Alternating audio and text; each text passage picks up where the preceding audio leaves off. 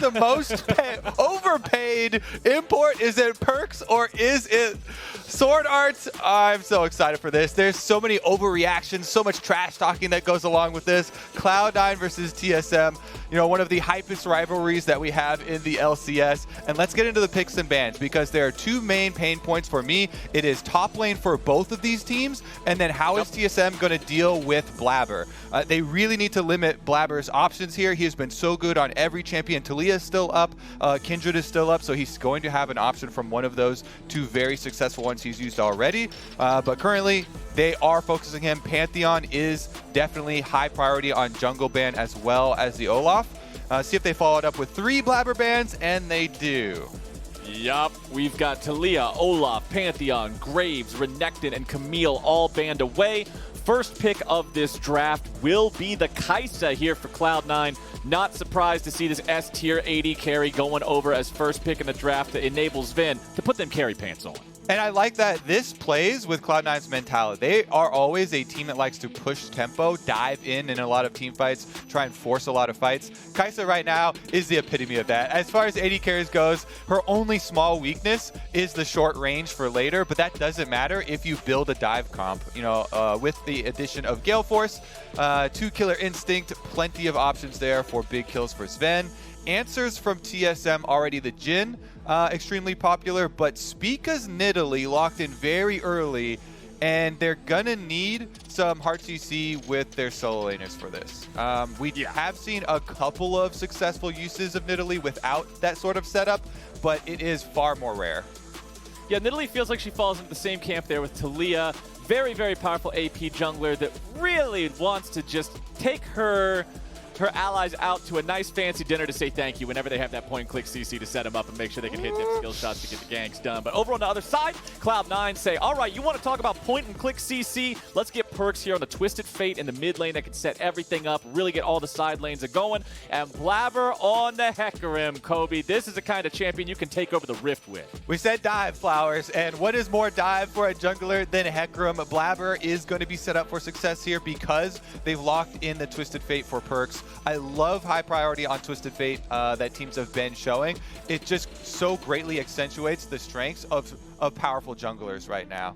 Meanwhile, there's a lot of champions on TSM side that look very juicy for getting picked off, and 0 of that setup that we were talking about for Nidalee. Yes, Lucian is a good pairing as far as AD threat and AP threat, but that lane is pretty hard to create action off of, so you're going to need Sword Art with the playmaking support here. He has to be on Alistar, on Leona, on Maokai. That one's banned out. Good job by Cloud9, as that's what Sword Art used to hit rank 1 in the LCS ladder, or in the North American solo queue ladder.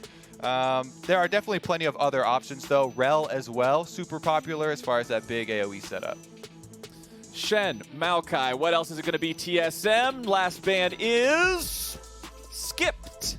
Okay, sometimes you got to be testing your mechanics not just in the game, but in the lobby as well. TSM missing that 5th ban. We'll see if that comes back to bite him here. Cloud9 on to the last ban of the draft. What is it going to be? They know that their opponents still need a support. They know that they still need a solo laner. I'm going to guess Alistar ban. Makes sense. Unless they've got some sort of crazy plan going on here, I'm going to guess for Alistar. Thresh is a savior ban, because it's more versatile than Alistar with the lantern. So I can definitely see it here, but it does mean TSM get their choice, pick of the litter here for Sword Art. Well, TSM, what's it going to be here for 4th pick? Do they want to show both solo lanes, or do they want... Nope. Okay, all right, we're going to go for the Gragas here. Flex pick. I love it. All right, keep it flexible here. Keep them guessing. You can easily rotate this if Huni doesn't feel comfortable. But honestly, I'd say slap that Gragas in the top lane right now. That's the type of champion. Gnar. Exactly. That's like 20 points right there. It's not Gnar. I want to see Huni on this style. Gragas provides great AoE push for the top side. Your Q in lane is so good, especially versus melee matchups. Fudge has to pick a generalist top laner. Aatrox right now fits that to a T. You can play a decent amount of range with working with your Qs quite well. Has a lot of healing in the kit. Doesn't have any super terrible matchups. So, and they have to respect the flex. So no surprise here from the Cloud9 side. Last pick for Cloud9 will be the Nautilus. So that's at least a traditional tank there for the front line. So far, both Hecarim and Aatrox are drain tanks. So they've just got a classic meatball there with those guys here to front line for the Kai'Sa and the Twisted Fate. All right, TSM, let's see how this one's going to shape up. Do you take the Gragas into the top side, up there against that Aatrox?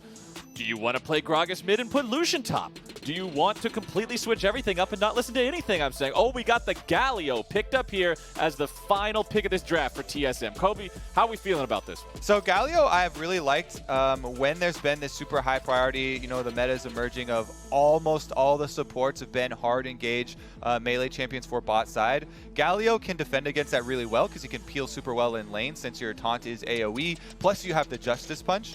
And then you have the extra global for trying to deal with Twisted Fate a little bit later. It can help out some with the map pressure, but already from Champ Select, I would say pressure advantage to Cloud9. TSM, it does look like it is going to be more difficult as far as getting to the mid stage of the game, where they then can try and retake control. But they do have a couple powerful lanes to try and work off of. Excited to see Power of Evil on the Lucian, as he is very well known for control mages, and I want to see him play aggressive. Now, you're talking about some advantages here for Cloud9, also some powerful lanes for TSM, and I like the fact that the coaching conversation for both these teams was also a talking point coming in to this season here in 2021. Cloud9 now finally not having Reaper as a head coach after so long. TSM, Bjergsen finally moving on from being a player to now being a coach. Which one of these two coaches, Mr. Kobe, I'm going to put you in the hot seat right now, which one of these two coaches just won the draft? I would give the edge over to the Cloud9 side. I would rather be playing these champions at the moment. Okay. I do think that this draft is definitely more difficult for TSM to pull off, but doable. Now, specifically, the top lane matchup of the Aatrox versus the Gragas. I'm going to be keeping my eyes on this one. You pointed it out at the very beginning of Champion Select, saying that top lane could be volatile. Both of these guys have been underperforming so far in the first week and a half of the Lock-In tournament here. Yeah. How's this lane going to play out up here? Honestly, it's easier to farm for both sides, so they don't have to go for a hard engage. It's all about jungler setup for the top side, because either of them can set up at a whim. I would prefer to be on the Gragas side of the matchup because Body Slam is so easy to utilize, whether you have your jungler or you're trying to escape from them. That's why Gragas has really risen very highly in priority. Aatrox, though, as we mentioned, does go Gore Drinker, does get super great sustain, and you can play it safer utilizing your Qs and stuff like that. Speaking about sustain as well, Huni going Grasp here on the Gragas in the top lane. Sometimes you will see Phase Rush to allow him to trade aggressively and then walk away before his opponent can respawn, but Huni wants the extra sustain and burst trading power of that Grasp. Everything else here looking pretty standard as Vulcan and Sven waste no time in bottom lane. Immediately getting some damage down onto Sword Art. As Lost tries to retreat here, Sven getting one more dose of the Acathian rain just to make sure they back away. Kobe, I love seeing bottom lane duos play aggressively from level 1. As soon as you get into the lane, targeting the enemy champions instead of the minions when you know you can win it, it's just fantastic. Yeah, well, you must be happy in this meta then, with everybody taking these engaged melee supports all over the place. Important thing for the top lane is that Gragas, a lot of the power for laning comes from your Q. It does a lot of damage for pushing the wave, and in these melee matchups, you can oftentimes get some harassment or try and zone the Aatrox as well.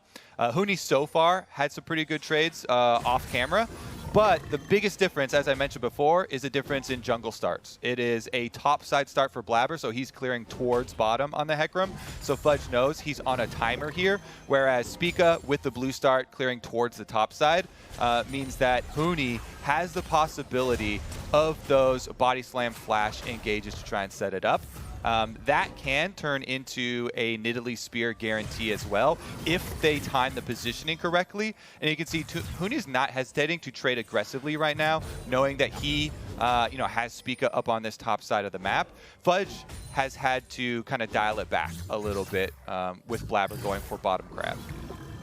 And Blabber down there in that bottom half of the map. Of course, once he gets the crab, there won't be anything else to go for as his opponents are already underneath the turret.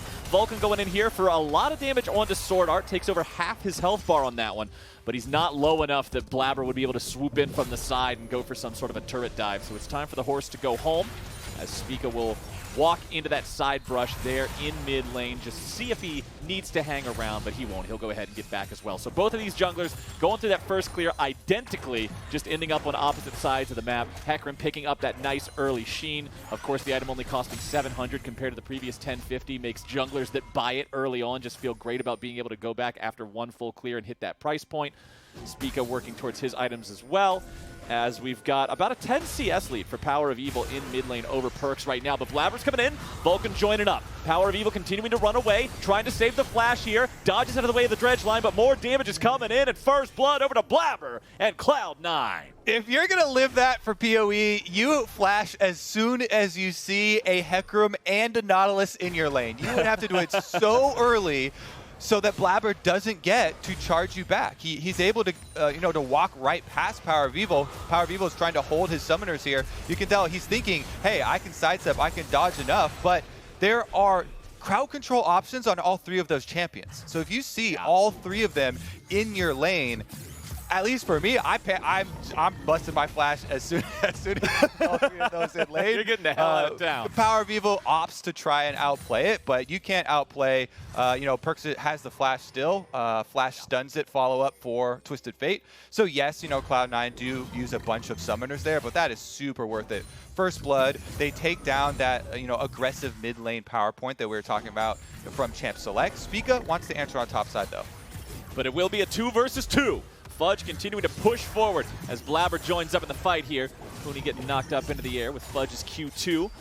But let's see if TSM can turn this one back around. Huni goes in for the body slam. Spear connects. Blabber is down. The man is cougar food as Spica returns the favor, ties this game up 1-1, and it's TSM winning the top side 2v2. I think they definitely needed that. Spica's able to get one back. The Nidalee getting some money to try and combat a Hecarim early first blood is essential for them, especially since the kill that TSM suffered was in the mid lane. Lucian without summoners, no cleanse in a Twisted Fate Hecarim opponent matchup here is very scary, and that takes a lot of the point of picking Lucian out of the champion. Because you're trying to play your lane aggressively early on. You're trying to push this Twisted Fate back, at least gain control of the minion wave so Twisted Fate doesn't get free reign over the map. But because of C9's successful early play, we got a couple of different plays breaking out here, Mr. Kobe. We got Spica running away as Blabber chases after him. A little bit more damage will get it done, but he can't quite find it. The clutch heal keeps Spica alive. Power of Evil maybe looking for an opportunity to do something on the back end of this fight. Culling comes out, taking away most of the HP from Vulcan. Perks now getting hit with the piercing light. Heal being used to get him away as Spica throws out another spear, but a good sidestep there from Cloud9 puts it between the uprights. C9 disengages. They were so close to getting the kill on the enemy Nidalee, but now with such low health bars, they all have to back away. And with Spica back to full HP, this is a Drake attempt from TSM. Huge answer here for TSM. Honestly, this is why teams were so excited and fans alike to watch this matchup. Because of the damage that Power of Evil is able to deal while they're chasing down Spica, 2 versus 3, TSM gain the health advantage, earn themselves an objective without securing themselves a kill. That's pretty big though, starting that dragon stacking 7 minutes into the game. Definitely a nice rebound here for them. And as the camera's down here in bottom lane, I do want to shine a quick spotlight on the farm advantage that Sven and Vulcan have been able to build up for themselves. Lost and Sword Art have brought it back from a very dire spot where it was over 20, now back down to still about 15 though. So 2.5 waves of farm, the advantage for Sven and Vulcan down here in this bottom lane. You can see the experience on your screen right about now. Solo laners all hitting level 7. You've got Sven at level 6. Lost still only level 5 down there on the Jhin, so he and Sword Art both having to wait until those ultis are ready to go, as Perks will be handed second blue of the game. And we'll see if this Twisted Fate can... oh, wait, hold on. Blabber's got to unleash this thing around. I hate it when that happens, man. You're trying to pass the thing off to the guy. He doesn't do enough damage. You got to play Ring Around the Rosie with the buff for an hour to give it over to him. I got things to do. Man. Oh, look at this rotation. Sword Art's coming up. Even though the Galio not level 6, he's walked his way all the way to the Rift Herald. We'll get there a couple seconds before the reset from Cloud9. Blabber's sticking on it, though, so this is probably going to be a 5-on-5 here. Lost is now level 6 on Jhin, so can open up with the Jhin ulti. Let me take a deep breath. Here we go. TSM coming in, a little bit of damage flying out. Sword Art with the initiation, only onto Vulcan. Shelly down to 64 HP. It's going to be stolen away by TSM as the curtain call opens up and the bullets are flying in. Right here in the middle of the fight, it's Vulcan already dying. Sword Art getting himself away. Fudge in hot pursuit. Hooney stuck in the back line, going to be killed off in a 1v4. 1-for-1 trade here overall, but the big thing is TSM stole it, and the bigger thing is nobody can move in and pick up the eyeball. TSM stole a check for 100 gold, and that's it. The eyeball disappears into the ether, and that was one of the weirdest Rift Herald fights you're ever going to see. Oh, Flowers, you know, checks expire after 180 days, and it looks like on Summoner's Rift that translates into about 30 seconds as the egg expires here. No Rift Herald picked up, even though you get kill credit, which is nice. A little plus 25 there. Let's take another look at the setup. As we mentioned, Lost was going to be the last one here, but he's Jhin, so he could open up his Jhin ultimate, provide the W across the map as well. Charge in from Cloud9, and they section off this team fight. So even though TSM get a nice burst there, taking down Vulcan, and they get the first kill, because Fudge dives into the back line, Aatrox zoning off those 3, they do trade kills back and forth, and that is really even on that 5-on-5 on the top side, because, you know, one team actually killing the Herald, but the other team retaining control, so no Herald picked up, and it's just the kills traded. Yeah, that was quite a wild Rift Herald fight, but hey, we still got ourselves a very close game, my friend. Only about, what is that, 600, 700 gold apart between the teams here. Cloud9 does have an advantage because they have those farm leads in the bottom lane, particularly like I was talking about, but also a slight lead up there in that top lane, but that's pretty equalized by the advantage that Power of Evil has in the mid lane. And I do want to talk about Power of Evil having an advantage here in the mid lane, because one thing I feel like we've been seeing from Perks here in the Lock-In tournament so far, he's just been quietly building these lane kingdoms where he has a massive farm advantage over his opponents. His score lines haven't been anything to make a highlight reel or a headline about. It's not like, oh my god, this is the greatest player of all time. He's doing good in his laning. He's having solid stats. His KDAs aren't the hard carry 1v9 Chad mid laner. And this game, he's falling behind his opponent in terms of farm just because of the nature of the matchup, having to deal with a Lucian in a solo lane. So I am curious to see how much Perks can affect this map as we move forward from this point, as we get closer to the mid game. Honestly, I think Perks and Cloud9 in general should actually have their eyes on... Ooh, he should have his eyes on his lane right now, because he's 90% of his health. But you should also be looking towards bottom lane for a kill. On Sword Art, not the one you would expect going for Lost. Sword Art in the Rift Herald fight, both summoners used, so Galio support actually pretty squishy. Definitely early on is a viable target. He's rushed into the steel caps here, so a little bit more defense for him, but you know, no mobility to speak of besides Justice Punch. And that's what Cloud9 can try and use their map mobility. They've got this Twisted Fate plus Kai'Sa combination to go for long range picks. Sword Art's actually taking the initiative, though, and I love that. Going off to your reset straight down mid lane to help PoE push in for the extra plate conversion for TSM. And that syncing up with Hooney getting one as well brings this gold right back to almost even in preparation for the Dragon fight. All right, let's see TSM. What do you guys got here? I like the fact that Chad supports Sword Art, just roamed himself over to mid lane as you were talking about, wanted to see Perks go bottom. Sword Art came mid, just decided to deliver the package straight to the source. Go to the source of the global. Yeah, buddy. All right, TSM, what are you guys doing here? Taunt coming through, TP going down. You got Vulcan in a bad spot, and Sword Art's grabbing the first kill of the fight. Blabber going in, but the man's exhausted. Spirit of Dread's about to run out, which means the Drain Tank ain't going to be tanking much more. Beautiful ulti coming in there from Hooney, separating Sven and Blabber from the rest of the team, but Sven's able to use that killer instinct to reposition himself well. Still a 1-for-0 here for TSM as they end up in a good spot to take this Drake and bring themselves up to a 2-0 Drake lead.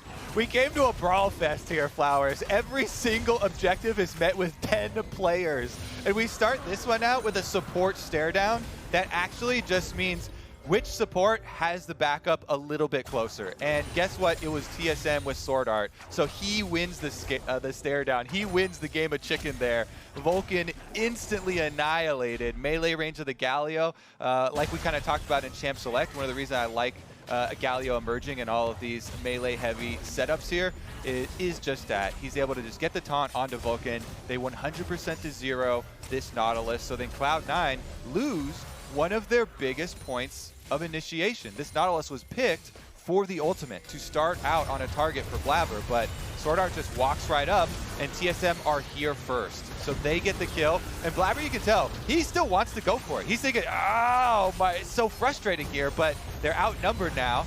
They don't have the Nautilus point and click, so they have to just go into evasive maneuvers. As you mentioned, it was a good ult there by Huni, but doesn't ultimately mean much because Sven was able to get the plasma over onto Huni, which allowed him to ult over there for the escape, and turns out to just be Vulcan down, Dragon over to TSM. 2 Drakes now in the hands of TSM.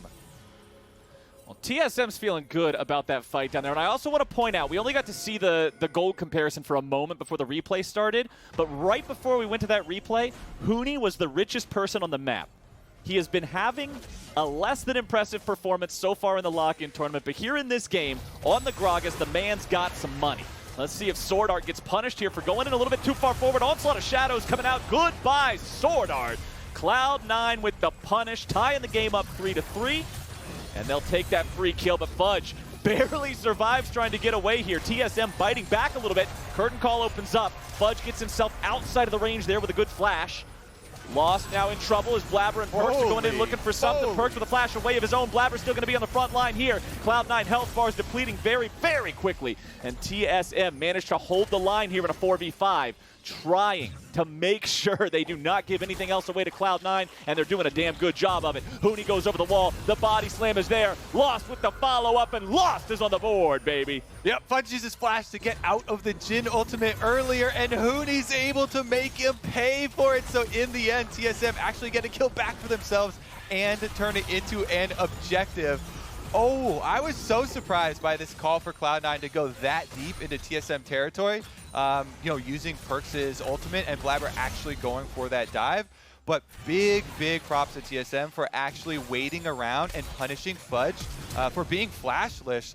PoE actually trading flashes as well. Now you have to keep track of these summoners because it's going to be a bloodbath out here. Both teams not backing down. And we've got 2 minutes until that third Drake of the game spawns. TSM with a very, just the smallest of gold leads, but already having that 2-0 gold lead, not gold lead, excuse me, Drake lead, going into the first Ocean Drake of an Ocean Soul. Yeah, 2 gold lead, incredible. Let's take another look at how the fight went down, and Sword Art went too far in on this one. Yeah, I mean, it's a very dangerous job that both of these supports have taken up, and pretty much all the supports in the meta have taken up. Sword Art there looks for it. He didn't have the flash, and so Justice Punch whiff means he goes down. But this flash being blown actually ends up being so big. You know, Lost and TSM are able to get out of Perks' dive here, with that being a little bit risky. You know, he's got the cleanse, and they do force Perks to flash back out. So a little bit of an overstep, but it's on the reset that this ward here from TSM allows them to take advantage of Fudge. And you see Huni just waiting for him to take the close honey fruit just at the edge of the wall so that the edge of his body slam will get that knock up. And a really good patience pays off there for TSM. They were able to turn that into an objective, the first tower of the game going over to their hands. But honestly, gold still basically even, and we are 45 seconds away from another blood fest here. If the beginning of this game is any indication, I don't expect them to step down. TSM currently have so much better vision over this river by the dragon with their 3 control wards, and they have the pressure of teleport top on Huni. 25 seconds to go. Cloud9 is hanging out down here in this bottom side of the river. Perks with a little bit of damage over the wall. Misses the follow-up wild card there, so Power of Evil almost back to full HP already, thanks to the heal from Spica. Another heal from him should be able to enable that one. Spears being thrown over the wall just to try to do a little bit of chip damage onto these guys wherever and whenever possible. Cloud9 now the ones with control priority over this bottom side river. Spica and Power of Evil still hanging out. Shelly summoned up in the bottom lane just to create some sort of a distraction. Cloud9, they're walking straight forward into the brush. Here comes Blabber, but he's a little bit separated from the rest of the team. Sword Art already joining here with a heroic entrance. Vulcan's caught out again, and Power of Evil's the one grabbing the kill. Sword Art will continue to tank as Vin is chased out of the fight. Fudge is in a 1 versus 3. Perks almost completely out of mana. TSM winning this one pretty decisively.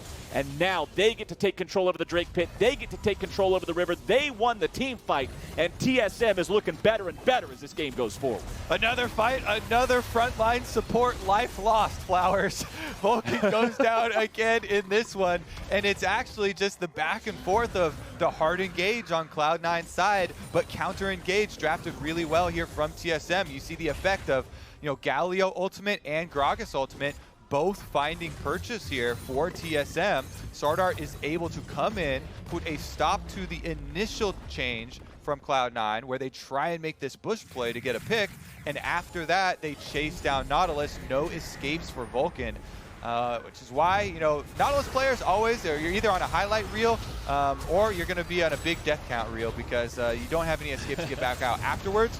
There goes Sword Art. They chase him back off. Blabber has to reset. Sven on the top side then just watching as the support dies. And Huni uses the Gragas ultimate to give a little mini knockback on Fudge and Sven. So while they're killing off Vulcan, they don't sustain any extra damage. And that's all it takes in these fights. Because the game has been so close, if you get that little window to get your kill on the enemy frontline support, then you take out so much of your opponent's playmaking and you're able to get the objective afterwards. That's 2 consecutive times now for TSM. One by mid, picking off Fudge to get an objective in the mid tower, and then one now down on bottom to set themselves up for Ocean Soul Point. Look at the time fly, Flowers. This time of the game has come so quickly here, only 20 minutes in, and TSM are feeling really good with Baron spawning plus Ocean Soul on the horizon.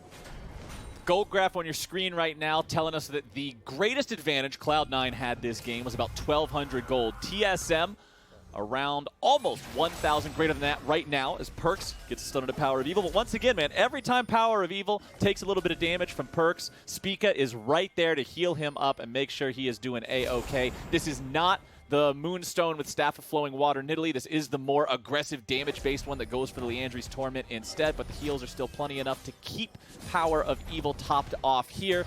Mid lane farm still very even between the two. Jungle's the same. Top lane's about 2 waves apart. Back in bottom lane, you're looking at 3.5 or so, as Sven still maintaining that lead. But Sven still without any kills, trying to find a way to get himself on the board. Perks escaping with the flash there as TSM try to collapse. Cloud9 looking for the chance to come back in now. It's Sword Art getting hit up by that ulti from the Nautilus. The boy is stuck in the wrong spot.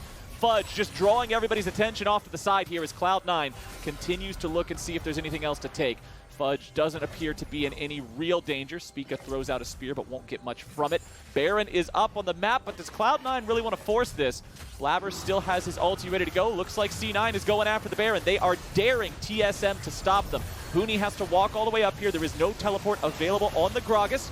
Cloud9 staying on the Baron, but now backing away as Huni walks through the mid lane. They are not willing to commit to this and potentially risk tossing the entire game away. Yeah, nobody in this game is going to back down from a dare, Flowers. Nobody's saying, yeah, give me truth here. Yeah, take the weak way out. TSM immediately call Huni up, and there's no way Cloud9 can try and force that down in a 4v5 with the setup that they have here. I did want to point out Perks' mechanics in the escape, but here he goes again. Lost running away. The follow-up coming in from Blabber. Heroic entrance is going to land. Blabber stepping out of the way, and Lost is down. Sven grabbing that kill, looking to maybe grab another here onto Sword Art. Blabber gets away with 100 HP. The horse going right back in underneath the turret. Ends up trading his life away for nothing. He expected he would not be able to get out. His escape route was blocked by the other members of TSM coming to collapse, so he decided he might as well try to take Sword Art with him, but that doesn't quite work out. He's ending it on his terms. Blabber is actually a Viking. He's going straight to Valhalla. To Valhalla. I'm not running away through the jungle to get chased down by the rest of TSM. I'm going between 2 turrets, and I'm going to get some damage off. Oh, my goodness. Honestly, though, it's going to be a little bit far back, but Perks' escape in the long lane led to this chain of events. And I wanted to point out his mechanics because it was very important how he did it. And the quick second there with the gold card timing into flash. You gold card so that it is in the air, and then it stuns Sword Art, stopping his taunt just as he pops the flash to get to the other side. So then Perks and Cloud9 were able to turn it around. Not only do you escape by doing this, but you set up your counter engage. And that's always what you're looking for when you're in a side lane and your team plus your opponent team is chasing towards you. You're looking to utilize, your big cooldowns and your CC abilities, yes, to stay alive, but also to open up the opportunity for your team. Another fight about to break out here as TSM have the deck stacked in their favor in these bottom lane fights. Already 3 Drakes compared to 0. If Cloud9's able to take it, congratulations, you get 1 single Ocean Drake. But if TSM gets it, one of the most powerful team-wide buffs in the entirety of League of Legends, and an Ocean Soul will find itself in their pocket. Perks coming in behind these guys, looking to set up the play here. Perks now might find himself in a bad spot as Lost is about to be killed, but he's going to be traded away 1-for-1 here with Perks. Sven, the one blowing him up as TSM still trying to fight their way out of this. Fudge flashing over the wall, staying alive. Vulcan continuing to take some damage. Spica lands the spear. TSM looking to find even more. Spica goes on a killing spree into the stasis now. Blabber's going to be doing the same taunt down onto Fudge, blowing him up, but the man's still alive somehow. Sven going on a killing spree, grabbing one onto Sword Art, still looking to outplay, find some sort of a way, find something to save the day. But the jump in from Spica is enough, and Hooney's grabbing the kill. Give him a drink, Hooney. Everybody on TSM's having a party in the river tonight, and they're taking the Ocean Soul. Yep, Cloud9 make a successful dive, and they kill off Lost. Everybody going in. Twisted Fate ultimate. Blabber ultimate here with the Hecarim, plus Sven, Killer Instinct in. They utilize all of their resources to surgically remove the TSM carry, but guess what? They drafted a backup AD carry, Flowers. So even though Lost is dead here, you see him on screen, now you don't. It costs Perks his life. Sven also has to flash out afterwards because they're in the middle of the TSM team.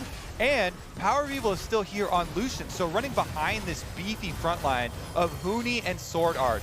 Just so much zoning there. You can't get past the body slam and the AoE taunt from Galio here, so Power of Evil is easily able to kite.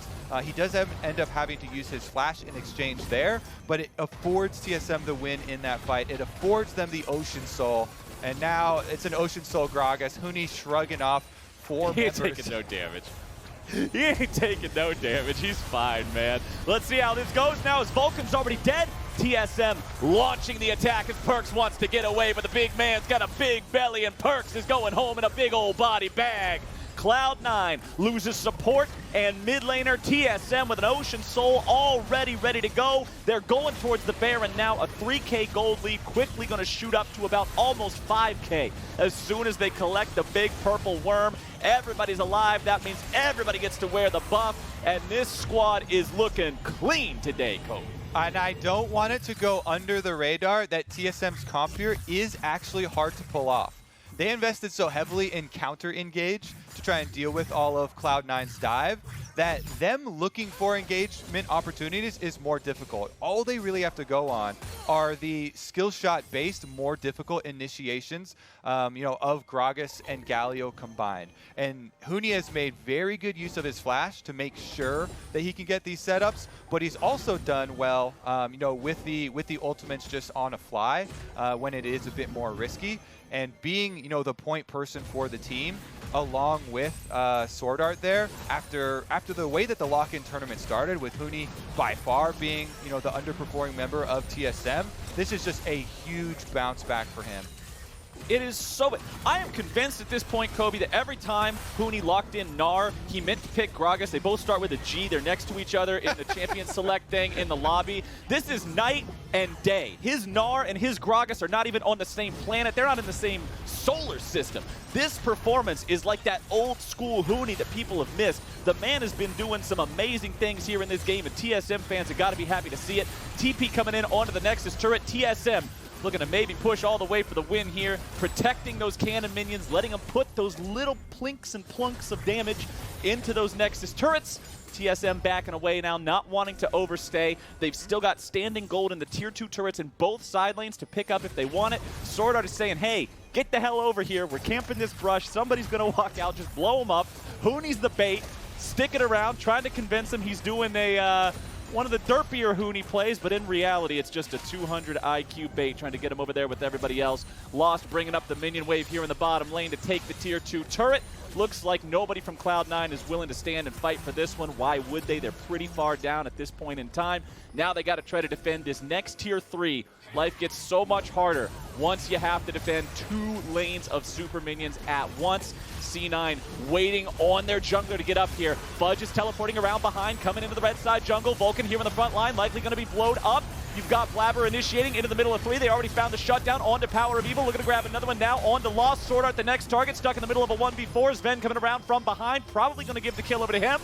If they can. Yep, give it over to the AD carry. Cloud9 with a 3 for nothing to defend their base. Good target change from Cloud9, Flowers. They tried it before, executing Operation Dive onto Lost, and then they had to deal with Power of Evil. This time around, they switch up the target. Power of Evil is #1 priority. They use everything this time around to execute him first, and the teamfight goes much better. They're able to get the kills afterwards, sweeping through. We do have a very quick pause here, but this game is keeping up the excitement. TSM, even with Ocean Soul, even with Baron and everything like that, Cloud9 still able to win a team fight here, changing up their priority targets, and we'll have to wait to get a conclusion to this one. Honestly, we've been seeing a really impressive showing out of TSM so far, particularly if you look at Spico, what he's been able to do on the Nidalee, having all that kill participation here for his team. He's been an incredible enabler of everyone. And I got to make sure I praise Hooney, because I have found myself being very critical of Hooney for a couple years now, as it seems like he's just making all these YOLO plays. He's doing this solo Q 1v9 stuff. He's teleporting into the middle of a fight as a Gnar with no rage bar, and he just goes pop like a balloon. But this game, this Gragas, these plays, it's old school Hooney. It's like the man stepped into a time machine, and now he came back out as the Hooney that was on SKT. About time. Really here. loving seeing this. Yeah, about time. I think it's right when they need it. TSM might be akin to the dog meme that you've seen around with the GIF lying on the ground, all of a sudden standing up on all legs right now. The other conversation around this team obviously was so much pressure on Sword Art. They spent a bunch of money bringing over Sword Art, again investing in shot calling, investing in a former, very recent world finalist. And it's really looking like they have a sense of direction in-game. Very decisive movements here, constantly looking for these aggressive plays. Sword Art with the Galio. He's been able to disengage when needed on the Cloud9 charges and their dives, but also looking for those setups.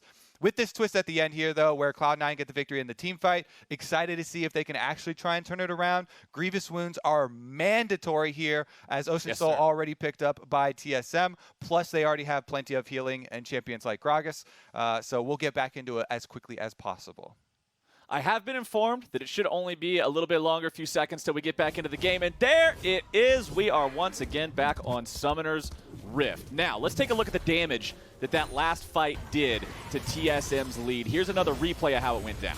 All right, so teleport flanking back goes unnoticed by TSM. Really nice usage here. They immediately dive. Blabber plus Fudge plus Sven. Take down Power of Evil through the Galio ultimate. That only provides you with the magic damage shield. Then Lost is secondary. Blabber's on him right afterwards. The follow-up damage there from Perks as well. They get the stun, and this time the dive goes so much better for Cloud9, fighting with better angles. Last time around, they had to dive so deep into the jungle, to take out Lost, that then they had to flash out afterwards. They were surrounded still and lost so much off of it. It might be too little too late, though, as Ocean Soul definitely is very powerful, and we do have 40 seconds on Elder Dragon coming up next, with TSM already gaining vision control over the area leading up to it. It's not as devastating as some other comps having that vision control, though, because they don't have the greatest pick. potential here, and Cloud9 do also have Twisted Fate for a bit of a freebie on the reveal. And I do like the fact that Perks is ready to go here in this next fight. He has his stopwatch in inventory so he can go in, try to initiate things, and then not immediately die afterwards. He's got the rapid fire cannon to ensure maximum pick potential. You can see the gold card landing onto Huni there. Unfortunately, that's not really a target they can do a whole lot against. Cloud9 making sure they're not stuck in their own base, but now Perks has to flash. Good cast from Huni over the wall, making sure that they immediately get the most valuable summoner spell out of the enemy mid laner. And they also corral Cloud9 towards the top half of mid lane, giving them priority to walk down here towards this bottom side river, take control over the Drake pit. Elder is live. Remember, this is not Baron. Elder doesn't have a damage debuff like Baron does, and he will just evaporate under a lot of focused fire. And it looks like that's the plan here from TSM. Perks using the Twisted Fate ulti, already knows what's going on here. Elder Drake still with plenty of life left to go. Fudge showing up in the backside of the pit. Huni trying to charge in. Perks half HP here on the Twisted Fate. Spears flying out. Dragon has recovered a little bit. TSM maintaining control over the area. They don't want to DPS this too hard. They want to make sure that they're just baiting Cloud9 in here, trying to get them to run up, commit to this. TSM does not want to be the burger in a Cloud9 and Dragon sandwich. That would be really bad. Yep, sounds gross. TSM, they never want to be the burger. They do have confidence because they've got Power Vivo and Lost with both flashes available, and the cleanse is coming up for Power Vivo very soon too, so they're just delaying a little bit for that. Huni marks them, does not get the initiation with the ultimate here though. Huni having the time to use another cast after initially going for the one that blue Perks has flashed there in the mid lane. Drake is down to 5,000 HP. Perks has the gold card locked and ready to go, throws it over the wall, finds Sword Art.